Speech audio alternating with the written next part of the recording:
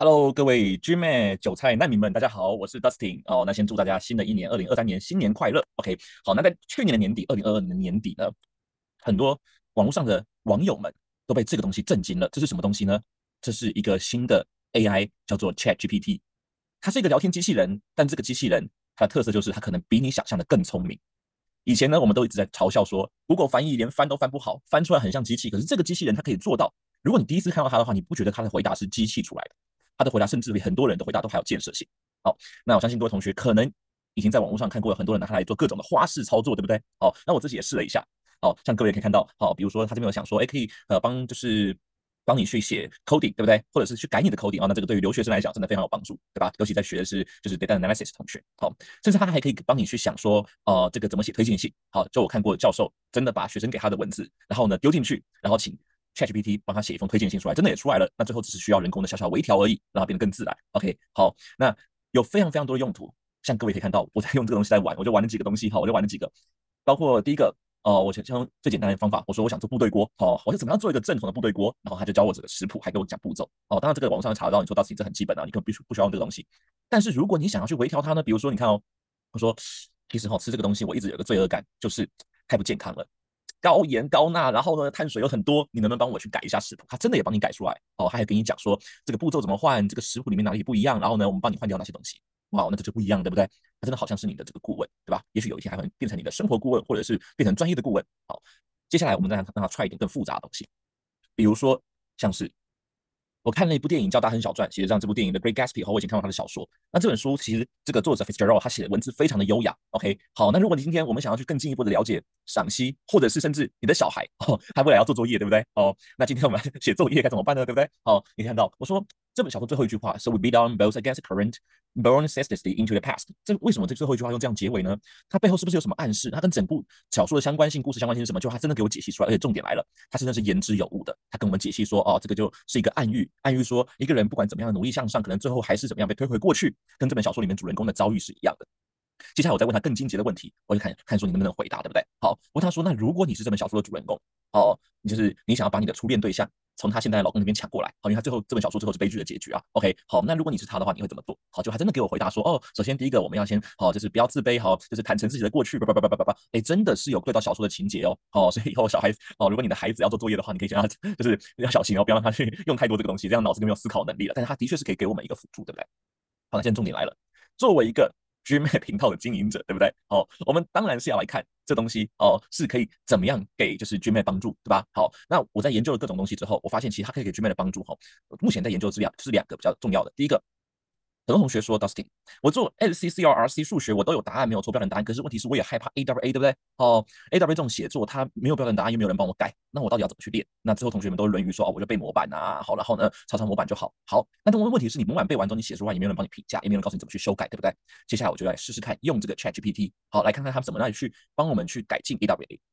来，我们可以看到这个地方是我从 OG 里面就是 OG 没有给出例子的一道问题。我说 I was given this question，OK，好，然后我们把它用这个上下引号的方式扣起来，OK，好，接下来我说好，我的回答是这样。那这个回答是我从 OG 里面所捞出来的那个捞出来的那个作文，OK，好，它里面有 sample，OG 里面我们可以看到，在 OG 2022这个是官方版的大家如果你们觉得纸本书太麻烦的话，你们可以考虑买 ebook，OK，好，在 MBA.com 上面有卖这个 ebook，那它是用就是客户端的形式，或者是用网页都可以去取，好，然后里面一样是可以复制贴上，很方便这样子，好，比如说像你看，我们刚刚拿到的是这个。我刚刚拿到的是这个就是题目，对不对？然后我就把我就把这个他的4分的作文丢进去，让他问他说，请问我得几分？他说，我觉得你的回答是5分，然后他也的确有给出建议，OK，的确给出这些建议，那当然这些建议呢，我们后续比对会发现，这些建议跟 OG 所给的这个建议是非常重合的，OK，很重合，大家可以去对一下这样子。而进一步，我再问他说，那如果你要帮我修得更好，你会怎么修？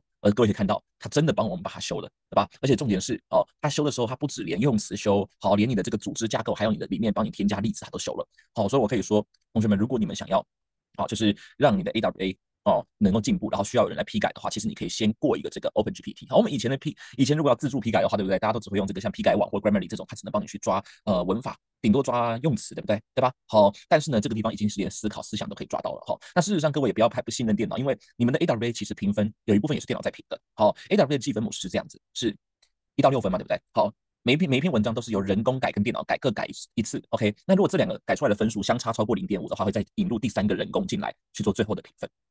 所以其实现在科技进步是已经能做到说改作文可以用改作文的这个电脑引擎。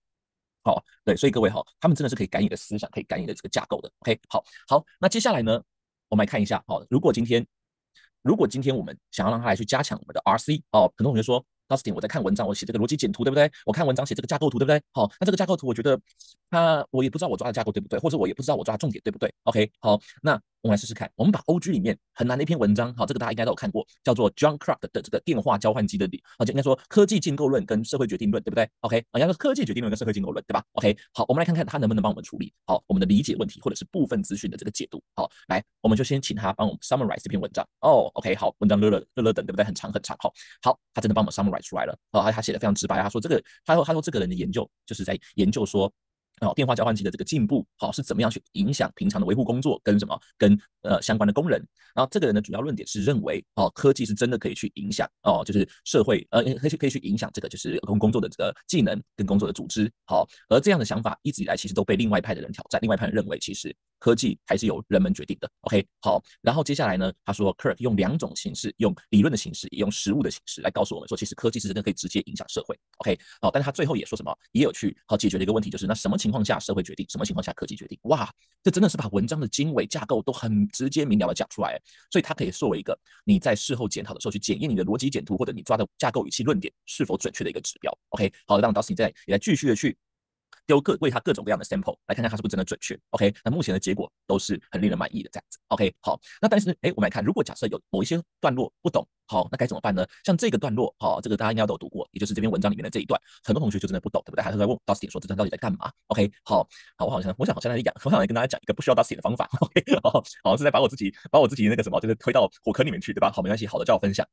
好，我说我不太了解这一段，你可以解释给我听吗？哇，他真的跟我解释了。OK， 好，但是如果你说Dustin，我这个解释我还是看不懂，该怎么办？我英文过烂，对吧 ？OK， 好，那这个时候呢，你看我说，我真的英文过烂，还是看不懂，用中文解释一下。他真的帮我们用中文去解释了，这样子。OK， 好，所以我会说，目前看来，在 RC 跟 AWA 上面，也就是去 polish 你的作文，去修改你的这个作文，或者是RC 的这个架构解读的方面，它是真的蛮准确的。OK，好，那当然了，我们会说。人的确，就是专家的确是可以给出很好的建议，但如果你想要自助的话，这是一个不错的选择。OK， 好，自习。如果当年我这个东西的话，可能我觉得更开心这样子。好，那但是像是 CR 的部分，或者是 SC 的部分，那目前呢，它其实还没有办法做到完全准确。所以这边我会持续的去试验，因为网络上有很多人分享说要喂给他什么样的指令，很像调教一样，先跟他沟通，说你要是怎么样的人，你要什么样的标准，那后面我们再去就是选答案的时候可能会比较准，所以这边我还在试验，这是我们的第1集这样子。OK， 好，那最后呢，咱们有个有趣的结尾，像最近台湾有个新闻。